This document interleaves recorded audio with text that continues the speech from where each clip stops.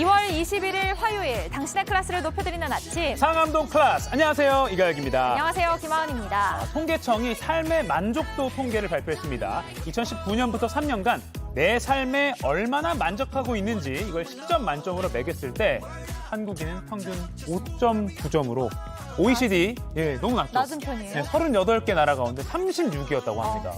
뭐 정부, 경제계, 교육계 모두가 구조적으로 좀 개선점을 찾아야겠지만 네.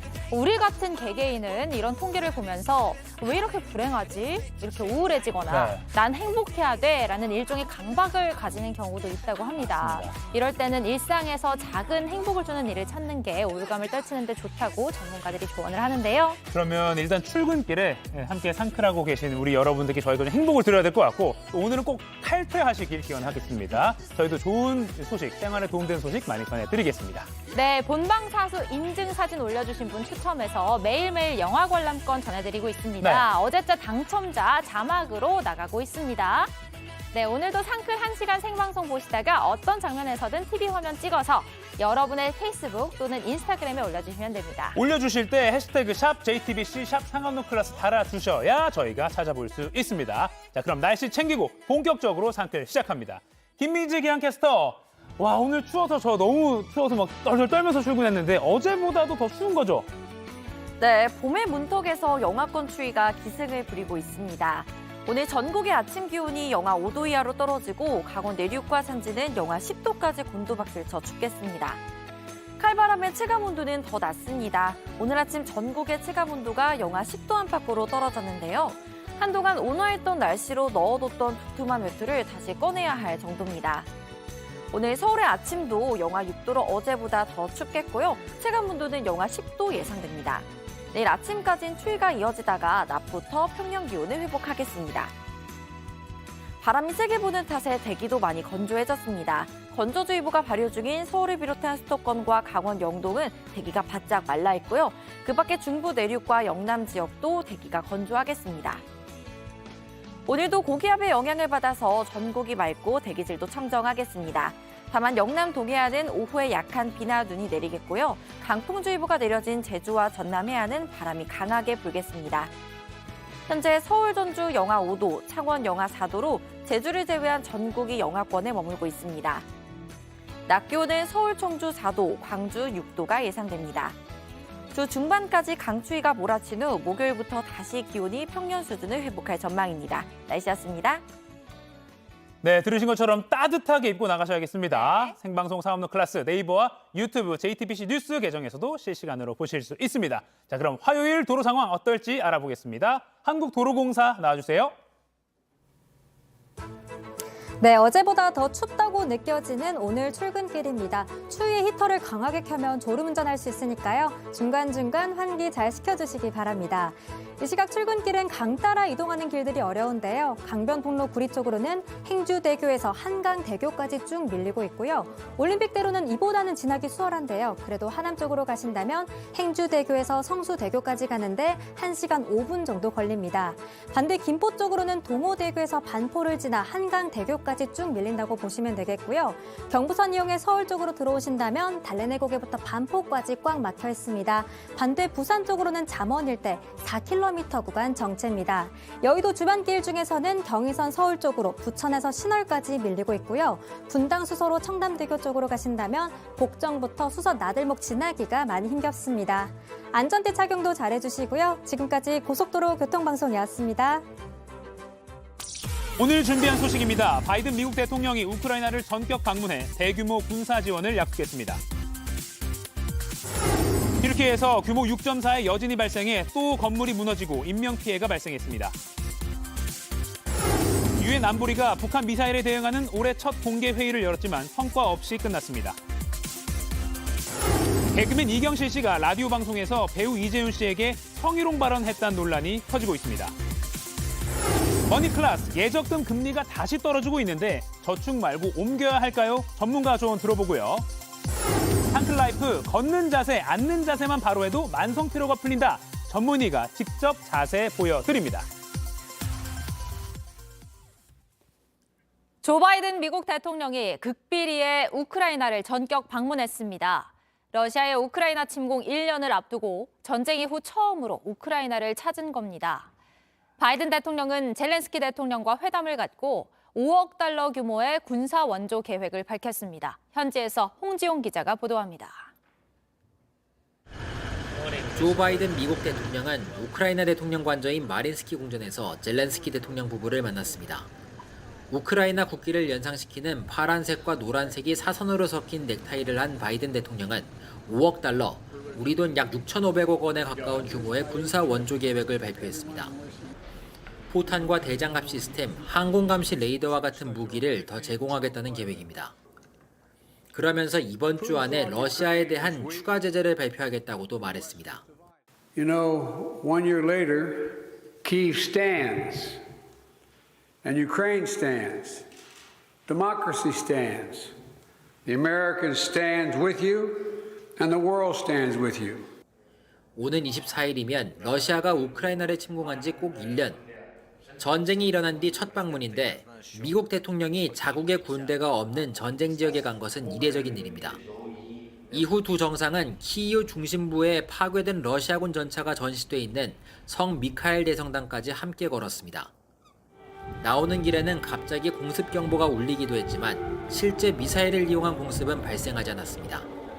바이든 대통령의 우크라이나 방문은 극비리에 이루어졌습니다. 대통령 전용기인 에어포스 원 대신 공군 수송기를 이용했고 폴란드 공항에 착륙해 키이우까지는 기차로 이동했습니다. 바이든 대통령은 키이우에서 약 5시간가량의 일정을 소화한 뒤 폴란드로 떠났습니다. 푸틴 러시아 대통령도 현지 시간으로 내일 국정연설에 나설 예정이어서 이번 전쟁을 둘러싼 긴장감은 한층 커질 전망입니다. 우크라이나 키이우에서 JTBC 홍지웅입니다. 지진으로 큰 고통을 받고 있는 튀르키예와 시리아 접경 지역에 또다시 지진이 발생했습니다. 규모 6.4로 지난 6일 규모 7.8의 지진이 일어난 지 꼭 2주 만입니다. 이번 추가 지진으로 현재까지 3명이 사망한 것으로 전해졌습니다. 송우영 기자입니다. 한 튀르키예 의회 관계자가 언론사와 인터뷰 도중 갑자기 도망칩니다. 이어 영상을 찍던 촬영 기자도 뒤따라 달리며 화면은 크게 흔들립니다. 현지 시간 20일 튀르키예 동남부와 시리아 서북부 접경 지역에 규모 6.4의 지진이 발생했습니다. 최초 피해가 가장 심한 곳 중 한 곳인 하타이주 안타키아로부터 서남서쪽으로 16km 떨어진 곳입니다. 건물 안에 있는 조명이 흔들리는 모습이 지진의 강도를 알려줍니다. It's 6.4, but it felt like it's higher than that. It was very shaky. We hardly stood up. 이번 지진으로 안타키아 등지에서 건물 다수가 무너지면서 일부 시민들이 매몰됐다고 로이터 통신은 전했습니다. 겁을 먹은 주민들이 건물에서 뛰어내리거나 건물 파편에 맞아 다친 경우도 있었습니다. 튀르키예 당국은 지금까지 3명이 사망하고 200명 넘게 다쳤다고 확인했습니다. 정전과 전화 불통 사태도 잇따랐습니다. 튀르키예 재난관리국은 해수면이 상승할 우려가 있다며 주민들은 해안에서 멀리 떨어져 있어 달라고 당부했습니다. 지난 6일 규모 7.8의 강진 이후 지금까지 튀르키예에는 6,000회가 넘는 여진이 발생했고 현재까지 확인된 사망자만 4만 7천 명이 넘는 걸로 집계됐습니다. JTBC 송우영입니다. 유엔 안전보장이사회가 현지 시간 20일 올해 첫 공개 회의를 열고 지난 18일 북한의 대륙간 탄도미사일 시험 발사 등에 관한 대응을 논의했습니다. 이번 긴급회의는 올해부터 안보리 비상임 이사국에 가세한 일본의 소집 요청으로 이뤄졌습니다. 한미일을 포함해 서방 국가들은 북한의 탄도미사일 발사가 안보리 대북 결의를 위반한 것으로 대북 제재를 자동으로 강화해야 한다고 강조했습니다. 하지만 상임 이사국인 중국과 러시아가 추가 제재에 반대해 안보리 차원의 공식 대응은 또다시 무산됐습니다. 윤석열 대통령이 더불어민주당 이재명 대표에 대한 체포 동의안을 제가했습니다. 대통령실은 이 대표에 대한 체포 동의안이 어제 접수돼 대통령 제가가 이뤄졌다고 오늘 아침 언론 공지를 통해 밝혔습니다. 대통령 제가를 거친 이 대표의 체포 동의안은 국회로 송부될 예정입니다. 민주당이 오늘 의원 전원이 참석하는 의원총회를 여는 가운데 이 대표가 직접 발언대에 서서 구속영장 청구의 부당성을 의원들에게 호소할 예정입니다. 대한항공이 미국, 유럽처럼 먼 곳을 가려면 지금보다 마일리지를 더 써야 하도록 바꾸려다 소비자의 공분을 샀죠. 정부와 여당이 연일 비판을 이어가자 결국 전면 재검토하겠다고 밝혔습니다. 이지은 기자의 보도입니다. 공분을 산 건 4월부터 대한항공이 적용하기로 한 새 마일리지 계산법입니다. 지금은 마일리지로 항공권을 살 때 지역별로 공제했지만 앞으로는 운항거리를 기준으로 공제하겠다고 한 겁니다.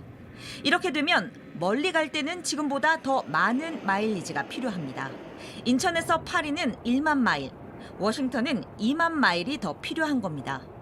소비자들은 이해할 수 없는 셈법이라며 반발했습니다. 또 어느 정도의 본인들의 자산 가치로 보거든요. 근데 그거를 그냥 일방적으로 약간 묵살당했다? 불합리하게 생각을 할 수밖에 없는 거죠. 지난주 원희룡 국토교통부 장관이 이를 두고 빛 좋은 개살구라고 저격했지만 대한항공은 마일리지 항공 좌석을 늘리겠다고 했을 뿐 개편안은 그대로 추진하겠다고 버텼습니다. 이러자 또다시 정부와 여당의 질타가 이어졌습니다. 그래서 이게 국민들에게도 유리하는 거라고 국민들에게 가르치는 자세로까지 나온다? 저는 자세가 근본에서부터 틀려먹었다고 생각합니다. 코로나19 상황에서 국민이 낸 혈세로 고용유지 지원금을 받고 소비자를 우롱하면 되겠습니까? 공정거래위원회도 대한항공의 마일리지 약관을 조사하겠다고 했습니다. 결국 대한항공은 사실상 백기를 들었습니다. 마일리지 관련 현재 제기되고 있는 고객들의 의견을 수렴해 전반적인 개선 대책을 신중히 검토하고 있습니다. 하지만 소비자의 불만은 꿈쩍 않다가 정부와 정치권 압박에 밀린 격이어서 대한항공을 바라보는 시선은 여전히 곱지 않습니다. JTBC 이지은입니다.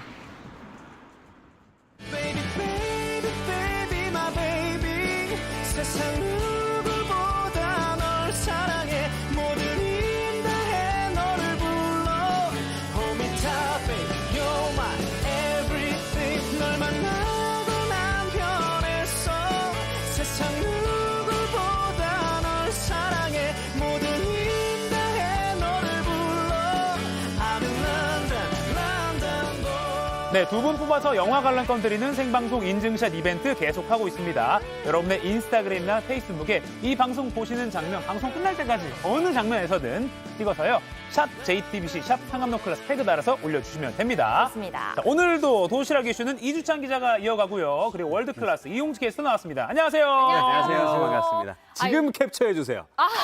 지금 캡처해서 네, 지금 이주찬 기자랑 이용주 캐스터 나갈 때 올려주세요. 하나, 좋습니다. 둘, 셋. 이주찬 기자 거의 정치인 포스. 선거 나가시는 거 아니죠? 알겠습니다. 아니, 이주찬 기자 어제 첫 도시락 이슈 진행했잖아요. 온라인에서 반응이 아주 뜨거웠습니다. 그래서 이거 기사 제목이었던 만큼 그랬던 건데 네. 좀 부담이 되고 있습니다. 아니, 이주찬 기자 덕분이죠. 그렇죠. 네, 덕분이에요. 그래서 오늘 이 정치인 포스로 열어주셨는데 얼마나 멋진 도시락이 준비되어 있을지 기대가 됩니다. 오늘 도시락 네. 이슈는 자, 첫 번째 도시락. 열어주시죠. 하나, 둘, 셋, 빠밤. 가슴골 약수입니다. 논란이 됐죠. 네, 방송인 이경실 씨가 한 발언이죠. 최근 한 라디오 프로그램에 출연해 배우 이재훈 씨에 대한 얘기인데요. 성희롱이 아니냐 논란으로 여론의 집중적인 문매를 맡고 있습니다. 이경실 씨에 대해 한 대학생이 고발장을 경찰에 접수했고 방송통신심의위원회에 민원이 접수했다는 소식이 들어왔습니다. 그러니까요. 그러니까 논란에서 그치지 않고 뭔가 이제 절차가 막 들어가고 있는데 어떻게 된 상황이었죠? 네, 이경실 씨는 지난 17일 한 라디오 방송에서 스페셜 DJ를 맡았는데요. 네. 드라마 홍보를 위해 출연한 배우 이재훈의 상반신 노출 사진을 두고 이를 두고 이야기하면서 문제가 벌어진 것입니다. 네. 제가 직접 말하기도 좀 민망한데요. 해당 발언은 가슴과 가슴 사이에 골파인 것 보이냐? 가슴골에 물을 흘려 밑에서 받아 먹으면 그게 바로 약수라고 발언해 성희롱 논란에 휩싸였습니다. 아이고. 아니 근데 기자님 지금 그렇게 워딩을 그렇게 발음하시니까 상황의 심각성이 더 심각하게 느껴지는 것 같습니다. 드라이하게 그냥 읽었습니다. 예, 근데 사실은 이 관련 기사들을 저도 좀 읽어봤는데 네. 그 뒷얘기가 더 세더라고요. 요 지금 기자님께서 말씀하신 부분이 수위가 약한 부분이고 뒤로 갈수록 점점 더 세져서 말도 안 되는 막 이야기까지 나오던데 약간 좀 이게 시대착오적인 성희롱이라 선을 넘었다라는 게 이제 네티즌들의 비판이더라고요. 맞습니다. 이 발언을 뭐 남성이 했느냐 여성이 했느냐를 떠나서 이런 식의 발언 자체가 매우 부적절하다 이런 의견들이 많더라고요. 그렇죠. 이 고발장을 낸 사람은 연세대학생 A씨로 알려져 있는데요. 이경실 씨를 통신매체 이용 음란 혐의로 행정안전부 문서 24를 통해 경찰에 고발했습니다. 고발장에는 상대방의 수치심을 넘어 사회 평균인의 성적 도덕관념에 반하는 것을 의미한다는 취지의 내용이 담긴 것으로 전해졌는데요. A씨는 만약 남성 MC가 여성 게스트를 상대로 같은 취지의 발언을 했다면 해당 남성 MC는 평생 성범죄자라는 꼬리표를 달고 살았을 것이라며 성평등 인식으로 볼 때 누구든 성적인 언행을 온라인에서 타인으로부터 들을 이유가 없다고 주장을 했습니다. 이 외에 방송통신시민위원회에도 민원이 제기되는 등 논란은 가라앉지 않고 있습니다. 이경실 씨 측 반응도 나왔나요? 그렇죠. 이경실 측 반응 측은 아직까지 뭐 특별한 것을 내놓지는 않고 있습니다. 논란이 커지다 보니까 좀 반응도 나올 수도 있을 것 같은데 아무튼 어떻게 될지는 좀 더 지켜보겠습니다. 자, 다음 도시락도 열어주시죠. 네, 다음 도시락은 열어놨죠. 하나, 둘, 셋, 빠밤. 19년 미제 성폭행범 잡았다입니다. 수원지방검찰청 성남지청이 어제 19년 전 2급 정신장애가 있는 피해자를 유인해 성폭행한 범인을 찾아내 구속 기소했다고 밝혔습니다. 범인은 지난 2004년 5월 성남시에 있는 한 지하 상가에서 정신장애가 있는 피해 여성을 발견하고 여인숙으로 유인해 성폭행을 저질렀습니다. 당시 피해자의 옷에서 범인의 DNA를 검출했지만 누군지 특정하지 못해서 미제로 남은 사건이었습니다. 아이고 이게 해결이 안 될 수도 있었던 건데 어떻게 범인을 찾게 된 건가요? 네, 바로 DNA 대조였습니다. 2021년 9월 대리기사로 일하던 60대 남성이 성범죄를 저지른 뒤에 집행유예를 받았는데요.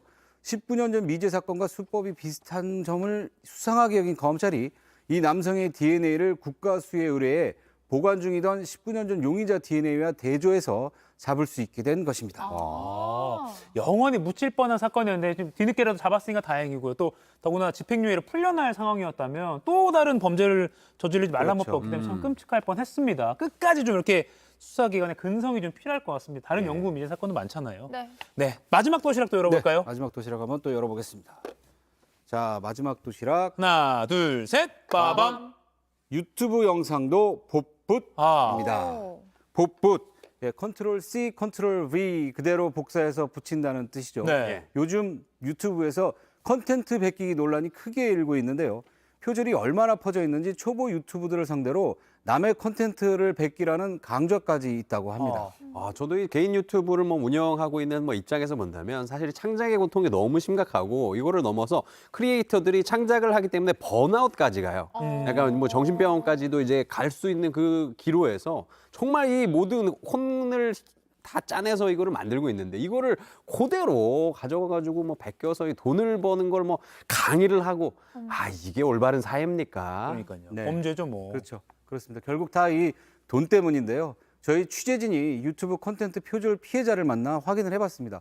목소리만 다르고 내용은 완전히 판박이었는데 과학 유튜버 지식인 미나니가 복제품으로 의심하는 다른 유튜버의 콘텐츠를 제시해봤는데요. 같이 한번 보시겠습니다. 비교를 해보죠.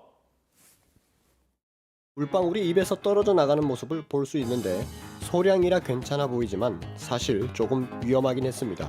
방금 물방울이 떨어져 나가는 모습을 보셨나요? 소량이나 괜찮아 보이지만 사실 우주에서는 정말 위험할 수 있습니다. 두 개 반복해서 튼 거 아니죠 지금? 진짜 컨트롤 V, 컨트롤 C, 컨트롤 V 같죠? 총 한 2분 15초짜리 영상인데 좀 일부만 보여드렸죠? 이 영상 시작부터 끝까지 거의 화면이 같은 구성이고 같은 화면을 갖다가 썼습니다. 지식인 미나니가 공개적으로 표절 의혹을 제기하자 영상이 또 곧바로 삭제가 됐어요. 이럴 경우에는 민형사상의 조치도 취할 수 없는 이런 상태가 된다고 합니다. 유튜브 콘텐츠를 베껴서 돈을 버는 법을 알려주는 그 베끼기 법 동영상 강좌까지 있는 이런 사례도 있다고 하는데 이 역시도 한번 보시겠습니다. 지금 지금 월에 한 300만 원 정도 수익을 올리려고 있다고 하셨는데 앞으로 수익이 더 올라가면 하시고 싶으신 것들 뭐 있으세요? 채널을 한 3-4개를 만들 수 있겠다 이런 조금 생각이 들더라고요. 채널 3-4개를 만들어서 약간 공장처럼. 0명부터 1000명 구간은 수정하지 마세요. 그냥 100% 카피하는 걸 목표로 합니다. 와. 야, 이걸 떳떳하게 이렇게. 그렇죠. 예. 일단 비슷하게 베껴서 대량으로 올려놓으면 수익은 보장한다.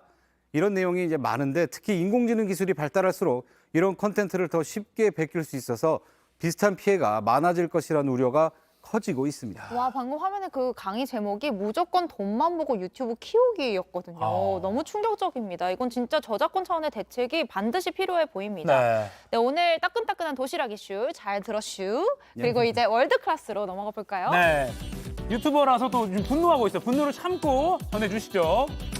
굿모닝 대한민국. 자, 튀르키예에서 구호 활동을 한 우리 긴급 구호대 일진이 임무를 마치고 사흘 전 귀국했습니다. 네. 그런데 귀국 비행기에서 튀르키예 사람들이 전달한 깜짝 영상이 화제입니다. 한국말로 직접 감사 인사를 전한 건데 영상 함께 한번 보시죠. 네.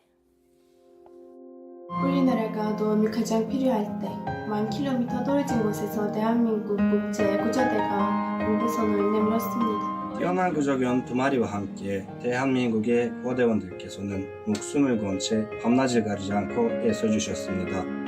오로지 잔해 밑에 갈려있는 우리 민족을 구하기 위한 것이었습니다. 우리는 한국, 튀르키예 양국의 우호를 위해 오랜 세월을 바쳐온 여러분의 형제로서 여러분이 흘린 땀에 감사드립니다. 이 힘든 시기에 우리나라에 도움 주신 대한민국 국민들 항상 감사한 마음으로 기억할 거라고 전달하고 싶습니다.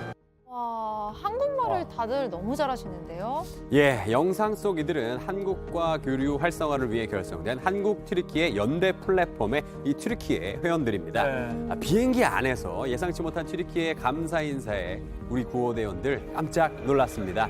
영상을 보자마자 함께 이 눈물을 터뜨렸고요. 뜨거운 박수갈채로 화답했습니다. 그 대원 118명 그리고 구조견 4마리까지 그 1차 구호대가 이제 귀국을 했는데 밤낮없이 정말 구호 활동을 해서 뭐 모두 생존자 8명을 구했고 또 시신도 많이 수습하고 또 현지인들 많이 도와준 걸로 맹활약했습니다. 다시 한번 이 자리를 빌려서 고생 많으셨다고 말씀드리고 싶습니다. 예, 정말 고생 많으셨습니다. 이런 거를 그 뭐라 그러죠? 나라의 그 품격이 올라간다 그러나요? 그러네요. 국격이 올라간다. 국격. 예, 국격이 엄청 이분들이 이런 영웅들이 올리는 게 아닌가 싶습니다. 네. 자, 다음 소식 넘어가겠습니다. 네. 자, 화면에 나오는 이 파란 강아지 보이십니까? 네. 예, 놀이공원에 가면 애기들이 들고 다니는 딱 그 강아지 풍선이랑 좀 비슷하게 생겼잖아요. 네, 풍선 같아요. 예, 근데 사실은 이게 도작입니다. 그리고 이게 돈 5천만 원이 넘어가는 작품이에요. 팝아트의 거장으로 불리는 현대미술가 제프 쿤스의 작품인데요. 근데 이게 대형 사고가 났습니다. 이 작품을 한 관람객이 실수로 이렇게 산산조각 내버린 거예요. 현장에 있던 목격자는 한 여성이 조각품을 두드리는 순간 받침대에서 떨어졌다면서 그거 진짜 풍선인지 궁금해서 두드린 것 같다고 현지 언론에 말했는데요. 실제로는 이게 손으로 만진 건 아니고 풍선개가 올려져 있던 그 받침대를 실수로 발로 차가지고 떨어진 거라고 합니다. 야, 근데 저게 진짜 도작이라고요? 저 보기에는 딱 아까 말씀하신 진짜 애들 그 갖고 노는 풍선 있잖아요. 네, 이렇게 그렇죠. 보이는데 그러면 저 여성은 어떻게 해야 되는 건가요? 이게 물어내야 될 것 같아서 잠깐 걱정을 했는데 네. 일단은 이 조각을 깨트린 여성은 얼굴이 새빨개져서 일단은 죄송하다고 했다고 합니다. 네. 굉장히 당황하셨겠어요. 예. 관람객들도 처음에는 깨트린 장면이 행위 예술의 한 장면이 아닌가. 행위 예술. 네, 의심을 했다고 그래요. 근데 다행히도 이 작품이 보험에 가입된 덕에 여성은 돈을 내지 않아도 된다고 합니다. 네, 또 놀라운 반전 상황이 또 있어요. 작품은 깨졌지만은 파편이 오히려 비싼 값에 팔릴 것으로 보입니다. 아니, 저렇게 그 조각난 파편들을 누가 산다고 했다고요? 예, 일부 수집가들이 저 깨진 조각을 사겠다는 제안을 곧바로 또 했다고 합니다. 참 예술이란 뭘까요? 와, 굉장히 오히려 창의적인 분들이에요. 아마도 이 깨진 풍성개라는 전시가 또 나오지 않을까 싶습니다. 쿤스가 만든 풍성개 작품은 모두 799개인데요. 그중 3m가 넘는 오렌지색 작품 2013년 경매에서 우리 돈 700억 원이 넘는 돈에 팔려간 거예요. 지금 이건가 보네요. 네네. 진짜 크네요. 업계에서는 이번 사고로 쿤스의 풍선개가 798개로 한 개 줄어서 오히려 희소성과 가치가 높아졌다면서 수집가들에게는 좋은 소식으로 보고 있습니다. 이렇게 다들 긍정적이죠? 오히려 좋아, 오히려 좋아. 네. 오히려 좋아. 자, 계속해서 인터넷과 소셜미디어에서 화제가 된 소식 전해드리겠습니다. 네. 자, 인도네시아 자바 지역에 있는 한 폭포에서 이 충격적인 사고가 발생했는데요. 화면 보시죠. 인도네시아 동부의 관광 명소인 세두도 폭포입니다. 관광객들이 쏟아지는 물줄기를 맞으면서 즐거운 한때를 보내고 있는데요. 그런데 이 행복한 순간 오래가지 못했습니다. 자, 갑자기 와르르 어이구. 네, 지금 산사태가 발생을 했습니다. 절벽 위에 있던 나무와 바위가 쏟아져 내리면서 그대로 관광객들을 덮치고 말았습니다. 저건 진짜 예상치 못했던 사고네요. 예, 정말 너무 이게 무슨 말을 해야 될지 안타깝습니다. 당시 이 물줄기를 맞고 있던 관광객은 5명이었는데요. 이 중 40대 남성이 두개골이 골절되면서 숨지고 말았습니다. 나머지 관광객들은 다행히 목숨은 건졌지만 몇몇이 또 비독한 상태라고 합니다. 아니 원래 그 산사태가 자주 나는 지역인가요? 갑자기 왜 폭포에서 이런 일이 벌어졌죠? 현재 당국이 사고 경위와 현지 토양 상태를 파악하는 중입니다. 폭우의 영향을 받은 건지 집안이 약해진 건지 조사가 이루어지고 있는데요. 일단 세두도 폭포는 일시적으로 폐쇄된 것으로 알려졌습니다. 아이고, 아마 뭐 친구들, 가족들끼리 좋은 시간 보내려고 찾아갔을 텐데 너무 안타깝습니다. 예, 근데 이 사고의 원인을 천재지변으로만 돌리기엔 아쉬운 점이 굉장히 많습니다. 일단은 유명 관광지였잖아요.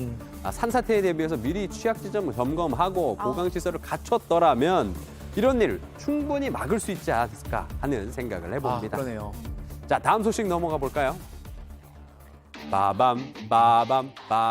자, 바하마 엑수더 섬에 상어가 나타났습니다. 그런데 이를 물끄러미 보던 견공이 물로 지금 뛰어들었습니다.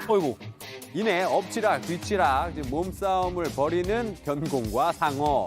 보트에서 이 광경을 지켜보던 관광객들도 혼비백산합니다. 아니, 저 실제 상황인 거죠, 지금? 네, 실제로 지금 개와 상어가 싸우고 있는 상황이에요. 영화의 한 장면 같지만 지금 리얼입니다. 심지어 이게 그냥 상어도 아니고 이 강한 공격성으로 알려진 비상어였다고 하는데 물이 주무대도 아니면서 이 견공 용맹한 건지 무모한 건지 잘 모르겠습니다. 바다의 포식자를 상대로 꽤나 치열하게 수중전을 펼치고 아무 일 없다는 듯이 지금 물 밖으로 나왔습니다. 아니 물 밖으로 이제 빨리 나오게 했어야 될 것 같은데 뭐 다투는 과정에서 다치진 않았어요? 네, 다행히 견공은 무사히 물 밖으로 나왔습니다. 한 3분 정도 서로 맞붙다가 떨어졌는데 열심히 싸우고도 깨물린 곳은 없었나 봐요. 용맹함만 자랑하고 싸움은 마무리 지었습니다. 아유, 근데 상어는 그렇다 치고 이 견공은 또 어디서 나타난 거예요? 인근 섬에 관리인이 키우는 이 반려견이라고 하더라고요. 종종 이 부둣가에 나와서 보트 관광객들을 맞이하곤 한다는데 상어를 좀 물에 사는 좀 특이한 친구라고 생각했던 걸 수도 있어요. 견공의 생각은 뭐 알 수 없지만은 다음부터 이런 위험한 행동 좀 자제하라고 좀 견공분에게 말씀을 드리고 싶네요. 조심해. 지금까지 월드클래스였습니다.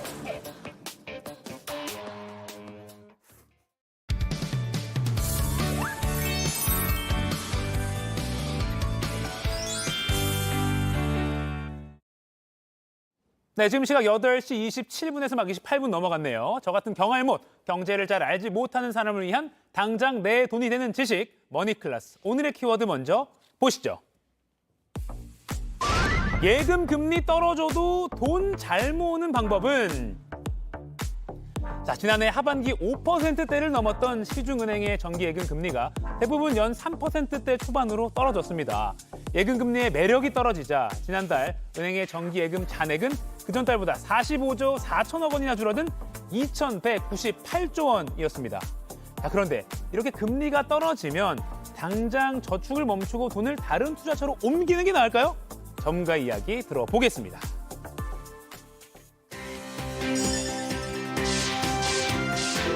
팩트 폭격으로 돈 모으는 방법 알려주는 멘토 김경필 머니 트레이너와 얘기 나눠보겠습니다. 안녕하세요. 네, 반갑습니다. 자, 현재 우리나라 기준금리가 3.5%. 그동안 사실 계속 뭐 저축해라, 금리 네. 좋다 막 이렇게 했는데 왜 최근 들어서 이렇게 좀 이자율이 떨어진 거예요? 네, 은행이 이제 저희들에게 돈을 이자를 줄 때는 네네. 어딘가 은행이 조달을 해서, 그러니까 돈을 땡겨 와서 빌려주거나 또는 우리에게 이자를 줄 텐데 네. 보통 은행들이 이제 자금을 조달하는 방법은 두 가지 정도가 있습니다. 채권 시장에서 금융채나 RP 같은 걸 발행을 해서 그 돈을 땡겨 오든지 네. 아니면 우리 같은 개인들에게 예적금을 받아서 조달하는 거죠. 근데 이제 지금 그림에서 보는 것처럼 작년 하반기에 이제 강원랜드 사태라든지 채권 시장이 경색되는 그런 일들이 있었거든요. 그러다 보니까 채권 쪽에서 금융채나 RP 발행이 좀 어려워지면서 자금 조달이 좀 어려웠었어요. 그러다 보니까 개인들에게 금리를 높게 주면서 자금을 빨아들인 거죠. 자, 그랬는데 이제 최근에 아시겠지만 채권 가격이 올라가면서 채권 금리는 좀 상대적으로 안정되는 지금 분위기입니다. 그러다 보니까 채권 시장에서 은행들이 자금을 땡겨오는데 굉장히 좀 수월해졌다. 그러니까 굳이 개인들에게 저렇게 높은 금리를 주면서 자금을 땡길 이유가 없어진 거죠.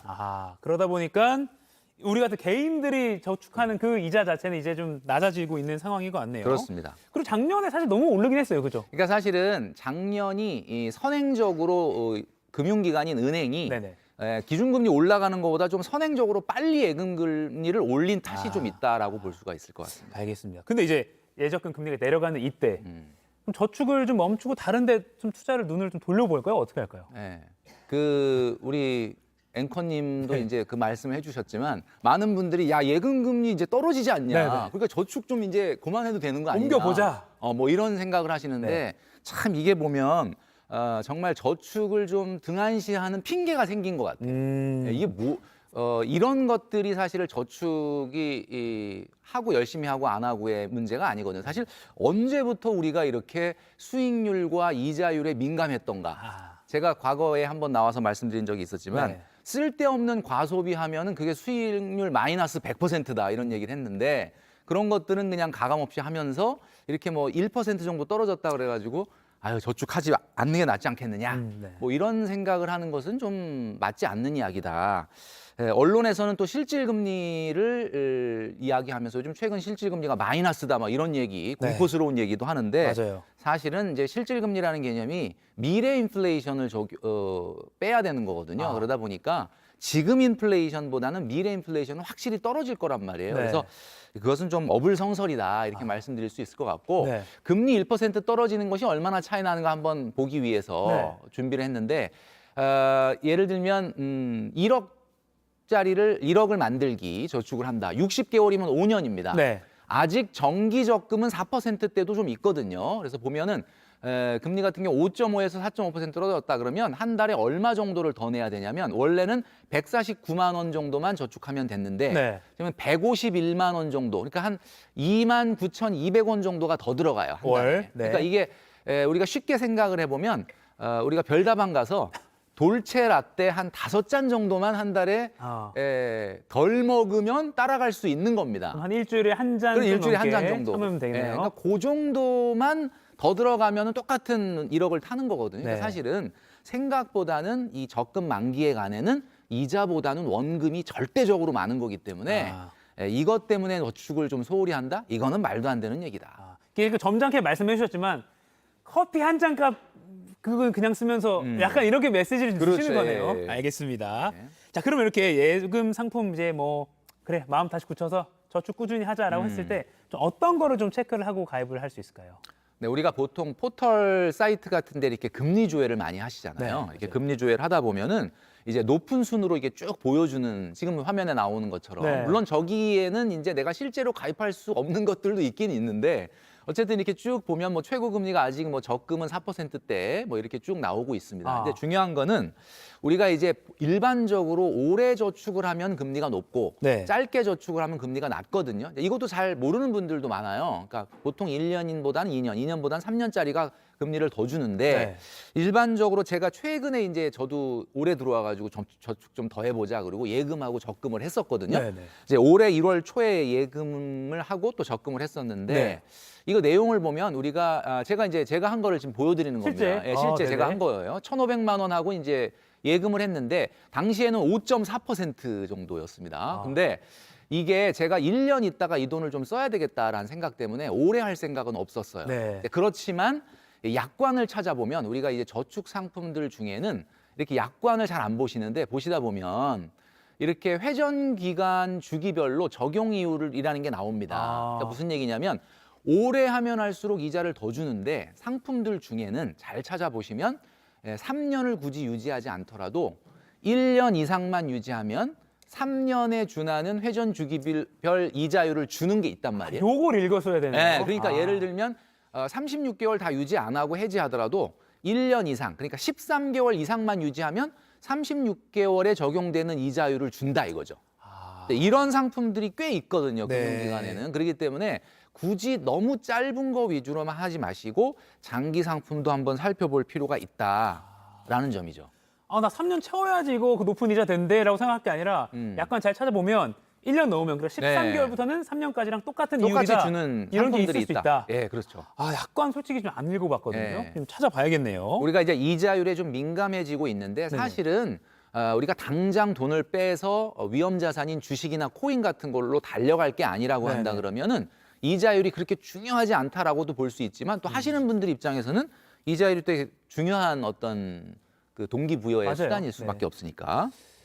자, 그럼 직장인들 많이 지금 출근길에서 유튜브로 보고 계실 텐데 아무리 1년이라고 해도요. 사실 꾸준히 저축하는 거 쉽지 않거든요. 그렇죠. 좀 이렇게 마음가짐을 좀 한번 다잡아 주시면 어떤 방법이 있을까요? 네, 우리가 중도 해지를 안 하고 끝까지 저축을 끌고 갈 수 있는 방법이라는 거는 우리가 뭔가 산을 갈 때도 중간중간에 쉬고 나한테 휴식을 주는 것처럼 저축도 그냥 무조건 열심히 한다고 되는 건 아니거든요. 그래서 이 저축 중간중간에 리워드를 좀 할 필요가 있어요. 나에 대한 보상을 좀 할 필요가 있다라는 이야기죠. 그래서 예를 들면 이런 겁니다. 이제 화면에 이제 나오게 될 텐데 1억 정도를 모은다. 와, 대단한 거 아닙니까? 그렇죠. 1억을 모았다 그러면 나한테 최소한 한 500만 원 정도는 보상을 해야 된다. 그러니까 아예 1억 500을 타는 저축을 하라는 거죠. 5년 후에 1억 500을 타려면 예를 들면 164만 원 정도를 한다든지 그다음에 2천만 원 정도를 탄다 그러면 2천만 원을 탄다면 2년에 2천만 원을 만들려면 2천만 원을 만들 게 아니라 2,100을 만들어서 제주도 여행 한번 갔다 오는 거죠. 그러니까 한마디로 내가 이 적금 만기를 타면 제주도 여행을 한번 갈 수 있다. 이렇게 되는 거고. 그다음에 보통 1,000만 원 정도 모았다 그러면 1년 동안 고생한 나한테 한우, 그죠? 오마카세라고 하나 요즘? 그런 데 가서 한번 또 이렇게 멋있는 식사를 할 수 있는 쿠폰이 들어있는 저축을 하라는 거죠.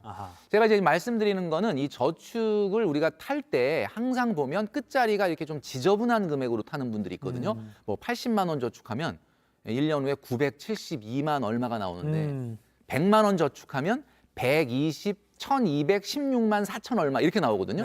그러면 돈을 탈 때 뭔가 쓰고 싶은 생각이 든다는 거죠. 그러니까 지금 말씀드린 것처럼 내가 재투자해야 될 만기 금액은 좀 딱 떨어지는 금액으로 하고 대신에 이 안에는 적절한 보상이 녹아있는 이런 저축을 설계를 한다 그러면 좀 재미있게 저축을 할 수 있지 않을까라는 생각을 하게 됩니다. 그러네요. 목표 설정, 그러니까 동기부여 이게 중요한 것 같네요. 알겠습니다. 지금까지 머니클래스 김경필 머니트레이너 이야기 나눠봤습니다. 고맙습니다.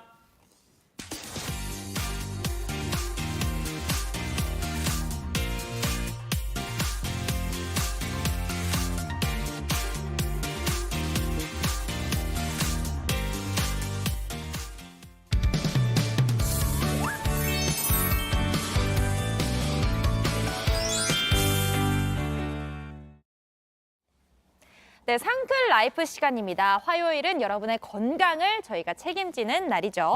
네, 오늘 함께 말씀 나눌 분 운동하는 재활의학과 전문의 이종민 원장님 모셨습니다. 안녕하세요. 안녕하세요. 자, 운동하는 의사 그리고 대한민국 농구협회 팀닥터 출신. 와. 기대가 됩니다. 약간 그리고 포스가 지금. 네.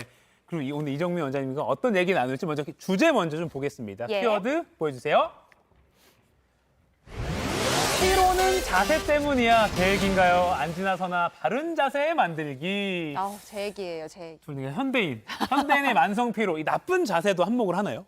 네, 맞습니다. 우리 정말 필요하시죠? 근데 우리가 자세가 잘못되면 어딘가 자꾸 아프죠. 맞아요. 이런 통증을 만들 수 있고요. 근데 이거 아프다고 죽는 건 아니겠지만 네. 이런 통증은 안 움직이게 해요. 그럼 살이 찌고 또 근육도 줄고 네. 이런 것들은 뭐 당뇨, 고혈압 이런 다른 질환들을 만들기 때문에 우리가 심각하게 받아들여야 되는 현상입니다. 악순환. 다른 네. 모든 병의 근원이 될 수도 있는 거군요. 네, 맞습니다. 근데 이 바른 자세가 참 머리로는 늘 바르게 앉아야지, 바르게 해야지 하는데 실천하는 게 정말 힘들거든요. 맞아요. 지금 약간 괜히 좀 힘주고 있어요, 지금. 네네, 괜히.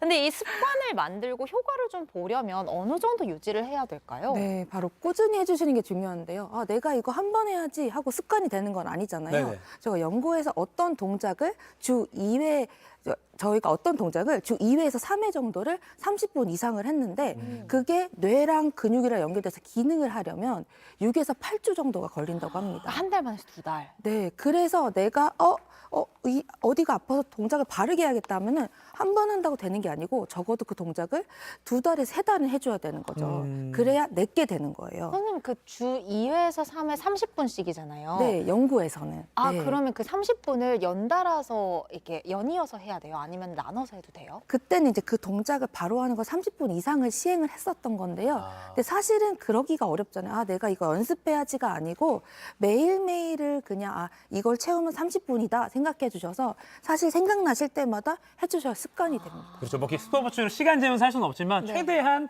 오래 유지하고 그걸 자주 한다 이런 마음가짐을 가져야겠네요. 네. 자, 그럼 올바른 자세 제대로 배워보겠습니다. 키워드와 함께 하나씩 살펴볼 텐데요. 첫 번째 키워드 보여주세요. 바르게 걷기, 엄지발가락까지 힘있게. 네. 원장님도 걷기 운동으로 효과를 많이 보셨다고 들었어요. 네, 제가 사실은 100kg가 넘었었어요. 진짜요? 네, 그래서 다 다이어트를 한 건데 네. 처음에 다이어트를 시작할 때가 제가 걷기 운동을 했습니다. 걷기는 아주 좋은 유산소 운동이고요. 그렇기 때문에 다이어트로 고민해서 오시는 분들은 제가 제일 먼저 걷기 하세요 말씀을 드립니다. 또 두 번째로는 허리랑 목 많이 아프시죠? 네. 저희가 적당한 부하로 걷기를 하면은 주변에 있는 주변에 있는 영양분이 디스크로 들어가기 때문에 디스크 환자들의 통증을 완화에도 좋기 때문에 꼭 걷기 해주시면 좋습니다. 그래요. 걷기. 이것도 실천하기 어려워요. 맞아요. 자, 근데 아까 키워드에 엄지발가락까지 힘있게라고 했거든요. 네. 어떤 건지 한번 앞으로 나가서 함께 좀 배워볼게요. 자, 한번 나가보시죠. 선생님도 자연스럽게 우리. 자, 네, 가운데 쪽으로 서주시고. 네. 자, 어떻게 걸어야 되는지 한번 일단 이론적으로 먼저 설명 좀 해주세요. 네, 저희가 엄지발가락까지 힘있게 걸으라고 말씀을 드렸는데요. 네. 우선은 걷는 자세가 중요하세요. 자세잖아요, 오늘이. 네. 우리가 걷기 시작할 때 우선은 가슴을 들고 걸어주셔야 돼요. 네. 이렇게 쭈그려서 걸게 되면 허리가 아프실 수 있거든요. 그렇기 때문에 가슴을 하늘로 들고 네. 양 견갑이 몸에 붙는다 생각해서 차렷 자세에서 네. 그리고 팔은 자연스럽게 흔들어 주시고요. 네. 허리는 펴서 걸어주세요. 그리고 고개를 살짝 들어주셔야 목에 디스크 예방이 됩니다. 네. 이때 우리가 다리를 내밀 때 내미는 다리에 발 뒤꿈치가 꼭 닿게 되세요. 네. 이때 무릎이 밖을 향하거나 안을 향하거나 하지 않고 두 번째 발가락이 또 진행 방향을 바라보게 걸어주셔야 우리가 바른 자세가 됩니다. 두 번째 발가락이 진행 방향으로. 네. 그리고 무릎이 이게 좌우로 나가지 말고 그 두 번째 발가락 방향대로. 네, 그리고 예쁜 모델 워킹도 좋겠지만 네. 그렇다면 골반에 무리가 오실 수 있기 때문에 이게 11자가 되도록 우리 양다리가 주먹 하나에서 반 개 정도가 들어가도록 다리를 벌려서 11자로 걸어주셔야 됩니다. 일자로 걷는 게 무조건 좋은 게 아니군요. 네, 예뻐 보일 수는 있지만 좋지는 않고요. 그리고 엄지발가락을 마지막에 힘있게 차주는데 이때는 보폭이 어느 정도 있으셔야 돼요. 결국 엄지발가락에 힘을 주시라는 건 보폭을 내 평소보다는 한 10cm 정도 넓게 걸어서 힘차게 걸어달라는 얘기였습니다. 자, 그러면 한번 이쪽에서 한번 걸어봐 주시겠어요? 한번. 네, 제가 보여드리면 네. 팔을 자연스럽게 흔들면서 어느 정도 보폭으로 마지막에 그래서 뒤에서 보이실 때 발바닥이 보이네? 이런 느낌으로 걸어주시면 됩니다. 그러니까 살짝 평소보다 더 넓게 벌린다는 네. 생각을 갖고 해야 되겠군요. 선생님, 엄지발가락을 좀 힘을 줘서 차올린다고 생각해야 돼요? 네, 힘을 줘서 차올리게 되면요. 엉덩이부터 뒤쪽 위에 있는 후면 근육들이 힘이 꽉 들어가요. 네. 그러면은 걷는 거로 100% 근육 운동 효과를 낼 수는 없지만 네. 그래도 엉덩이나 이런 것들 자극을 줄 수 있는 거죠. 제가 한번 해볼게요. 네. 자, 이쪽에서. 자, 엄지에 자, 좀 긴장돼요. 걷는 게 이렇게 긴장되나요? 두 번째 발가락이 진행 방향, 그리고 11자. 자. 네. 네, 보폭을 자연스럽게 걸어주셔서 내가 보폭을 좀 더 넓게 근데 걸으시면 너무 로봇 같은데요? 네, 지금 거의- 스튜디오에서 다 웃으시죠? 그 호두까기 인형처럼. 하은 앵커 한번 걸어보세요. 그래요? 11자로 보폭 네. 넓게. 구두를 신었기 때문에 아마 조금 굳으셔서 네. 근데 이제 잠깐 자연스럽게. 인공지능처럼 걷게 되네. 네, 생각하게 되면은 그렇긴 한데요. 로봇처럼 걷게 되네요. 근데 여기 팔은 다시 한번 어떻게 해야 된다는? 팔은 우리 어머니 약수터에서 네. 이렇게 파워워킹. 하시고 아니면은 뒤 여러 가지 방법 네. 하시잖아요. 네. 근데 사실 파워워킹을 하시면 저희가 어깨 충돌 증후군이라서 어깨 손상이 오실 수도 있어요. 네. 그래서 그 자연스럽게 핀 상태에서 살짝만 흔들어 주시면 돼요. 파워워킹 어떻게 보면 근육이 안 좋으신 분들은 좀 안 좋겠군요. 무리가 갈 수 있다. 그러니까 어깨의 안정성이 떨어지시는 분들한테는 어깨 통증의 원인이 되실 수도 있습니다. 파워워킹은 함부로 하면 안 된다는 정도는 알아야 될 것 같고, 그리고 다시 한번 이론적으로 정리하면 11자로 네. 그리고 무릎이 이렇게 좌우로 나가지 네, 않게. 좌우로 나가지 네. 않고. 그리고 아까 발가락 어떻게 한다 그랬죠? 두 번째 발가락이 우리가 지능 방향을 향해서 걷고요. 네. 그리고 보폭을 좀 넓게 걸어서 마지막에 엄지발가락이 차올리는 느낌으로 걸어주시면 됩니다. 뒤에 있는 발에 엄지발가락이 차올리는 느낌이군요. 그렇죠. 그래서 뒤로 밀어줘서 쭉 다리를 펴서 밀게 되면요. 엉덩이에 뒤에 약간- 엄지발가락, 우리 엉덩이 힘까지 꽉 힘 네. 들어가시죠? 들어가요. 네, 들어가요. 그렇게 되기 때문에 운동 효과가 나게 됩니다. 오, 이렇게만 걸으면은 힙업 될 것 같아요. 힙업. 네.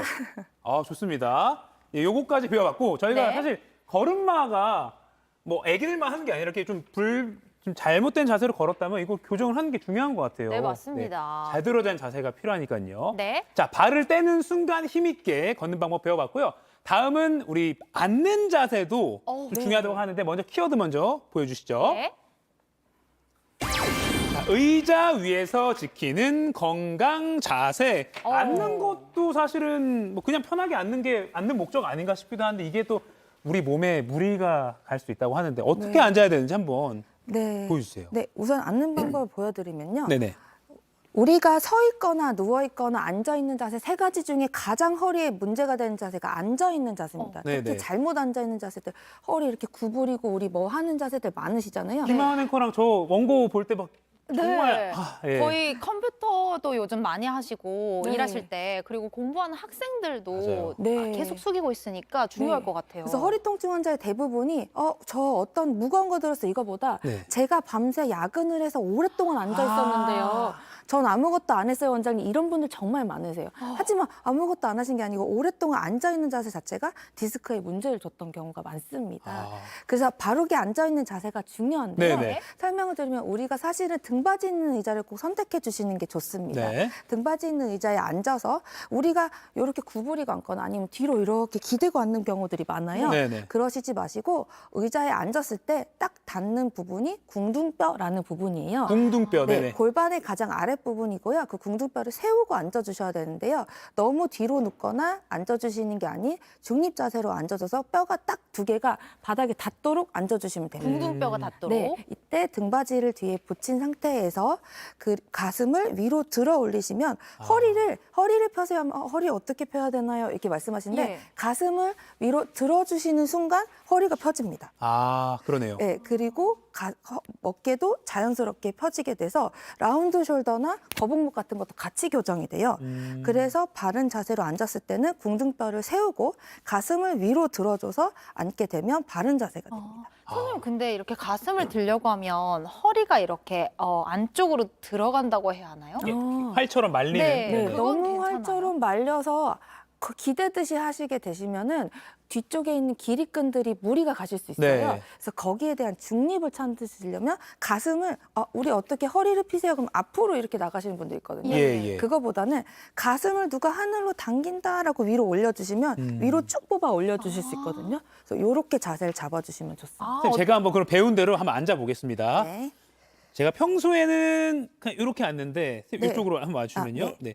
그러면 이렇게 앉으면 안 된다는 거고 제 컴퓨터 할 때 이렇게 하거든요. 맞아요. 이거 절대 안 된다는 거죠. 네. 그러면 이제 궁둥뼈에 힘을 주고 딱 네. 맞는 느낌을 하고 아까 걷는 것처럼 마찬가지로 가슴을 펴주고 네. 이렇게 지금 괜찮나요? 네. 근데 여기서 팁이 하나 더 있는데요. 네네. 지금 키가 크시기 때문에 제가 의자를 좀 큽니다. 네. 낮춰서 앉았는데요. 네. 사실 의자 높이가 제일 중요하거든요. 네네네. 그래서 의자를 살짝 올리셔서 네. 내가 고관절이 무릎 관절보다 살짝 높게 되도록. 지금 좋으세요. 네네네. 그렇게 되는 순간 약간 세워지시죠, 바로. 네네네. 너무 낮아서 쪼그려앉게 되면 쪼그려앉는 자세로 웅크린 자세 자체로 구부러질 수가 있거든요. 네네. 그렇기 때문에 이렇게 맞춰주신 상태에서 말씀하신 대로 허리는 펴시고 근데 가슴을 위로 들어 올린다 생각하시면 네. 여기 허리가 쏙 들어가시죠. 네네. 근데 이때 이제 의자가 이렇게 되셔서 불편하시면 네. 여기 허리 베개 이렇게 딱 대주시면 네네. 더 편하게 쓰실 수 있습니다. 베개 같은 네. 걸 여기에 넣어줘라. 네. 이렇게 해서 이렇게 받쳐줄 수 있게. 네. 허리 베개까지, 아니면 수건 같은 거. 네. 그래서 우선은 내가 이렇게 자세 잡는 게 어렵다 네네. 하시면 우리 목도리나 수건 같은 것들 있으시잖아요. 네네네. 그럼 이런 것들을 우리 엉덩이 쿠션이라고 별명을 지었는데요. 이런 것들을 잠깐만 일어나 주시면 엉덩이 끝에 이렇게 앉습니다. 그럼 자연히 몸이 살짝 앞으로 구부러지려 하니까 얘를 가슴을 들기가 조금 더 편한 자세가 되세요. 살짝만 뭔가 높여줬는데 네. 이게 좀 어깨 피는 게 좀 편한 느낌이 들어요. 네, 그래서 특히 항상 나한테 맞는 의자를 사용할 수 없는 상황도 있어요. 예를 들어 네네. 지하철을 탔다. 네네네. 이런 경우들 많잖아요. 그럴 때 갖고 다니시면서 허리 통증 환자분들한테는 엉덩이 베개를 그러네요. 꼭 쓰세요. 말씀드립니다. 알겠습니다. 이제 자리로 돌아가서 나머지 얘기 좀 들어보겠습니다. 네. 방금 이 의자 높이 같은 경우에는 운전할 때 좌석에도 적용하면 좋을 것 같다는 네. 생각도 들고요. 네. 네, 자 그러면은 지금부터 이제 앉는 거 우리 잘 앉아야 돼. 지금도. 네. 네, 잘 앉아. 궁둥뼈 생각하시고요. 네. 그러면 그 의자에서 하면 안 되는 나쁜 자세, 제일 주의해야 할 자세도 좀 알려주세요, 선생님. 제가 제일 나쁘다고 생각하는 자세는 여자분들이 진짜 많이 하는 자세예요. 어떤 건지 혹시 아세요? 저 다리 꼬거나. 그쵸. 저는 한쪽 다리를 이렇게 사자로 올리는 습관이 좀 있어요. 맞아요. 여자분들은 요렇게 다리 꼬고 요렇게 카페에서 많이 앉아있잖아요. 요 자세 제일 좋지 한 않아요. 번쯤 그렇게 하고 싶어요. 네.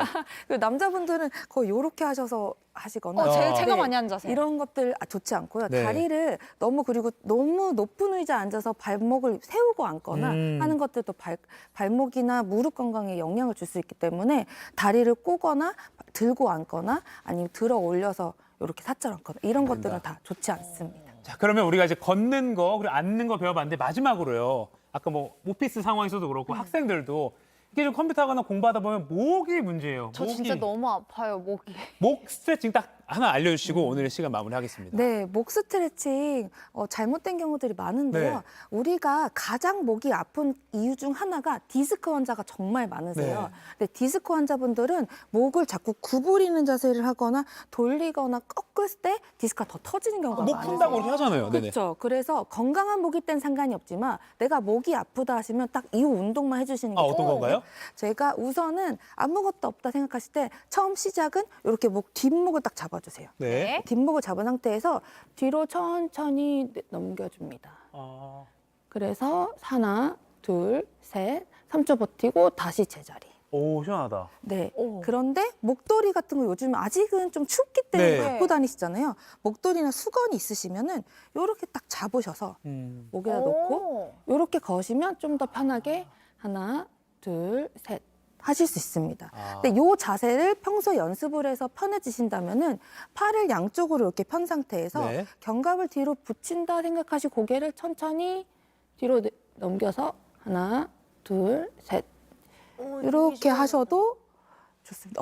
정말 유연하시네요. 처음에 하시는 분들을 왜 이걸 알려드렸냐면 네. 넘어가면서 목이 꺾이고 더 아파요 하시는 분들이 있어요. 네. 근데 본인이 하셨을 때 편한 범위까지만 넘어가셔야 되는데 그게 처음에 안 되시면 목도리나 아니면 손을 이용해서 각도를 연습을 하시고 빼주셔서 연습을 하시면 돼요. 알겠습니다. 우리가 이게 사실 뭐 돈 드는 것도 아니고 그리고 이게 한 번씩 알려줘야 돼. 까먹을 때쯤 계속 나와서 계속 나와주시겠습니까? 이게 어떻게 보면 한 번쯤 이거 옛날에 봤었어라고 분들도 있으실 것 같은데 이렇게 하고 내리고를 하루에 수시로 그죠? 네. 많이 할수록 좋을 것 같아요. 네, 맞습니다. 네. 근데 이게 막상 해야지 해도 잘 안 하게 되니까 오늘 이거 보시는 분들 지금 의식적으로 같이 따라해 주세요. 네, 알겠습니다. 오늘 또 시간이 빨리 가네요. 걷기, 잘 앉기, 그리고 목 푸는 것까지 우리 선생님과 한번 알아봤습니다. 이종민 재활의학과 전문의셨습니다. 고맙습니다. 고맙습니다. 감사합니다.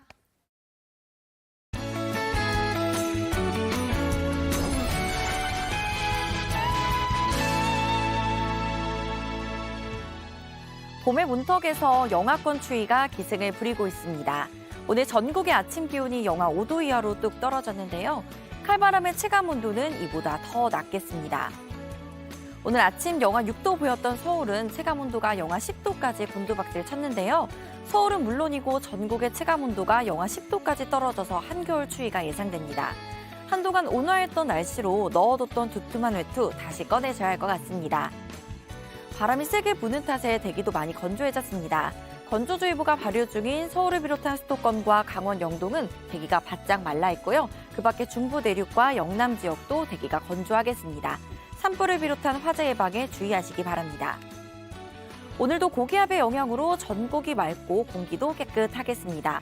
다만 영남 동해안은 오후에 약한 비나 눈이 내리겠고요. 강풍주의보가 내려진 제주와 전남 해안은 바람이 강하게 불겠습니다.